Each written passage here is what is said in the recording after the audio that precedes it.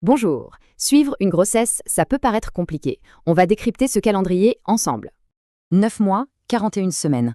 C'est vrai, on peut vite s'y perdre. Faisons le point. Alors, la première chose à éclaircir, c'est cette histoire de semaine.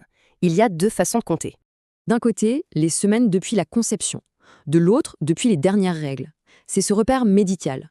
Ce qu'il faut savoir, c'est que le suivi médical se base toujours sur les semaines d'aménorrhée, les SA.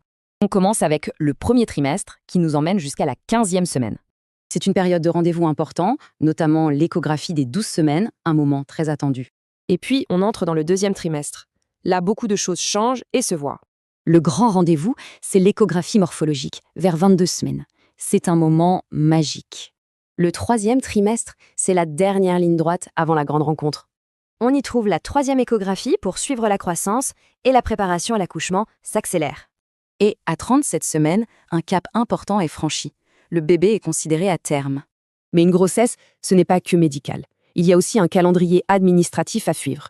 On pense bien sûr à la déclaration de grossesse et aussi à bien préparer le congé maternité.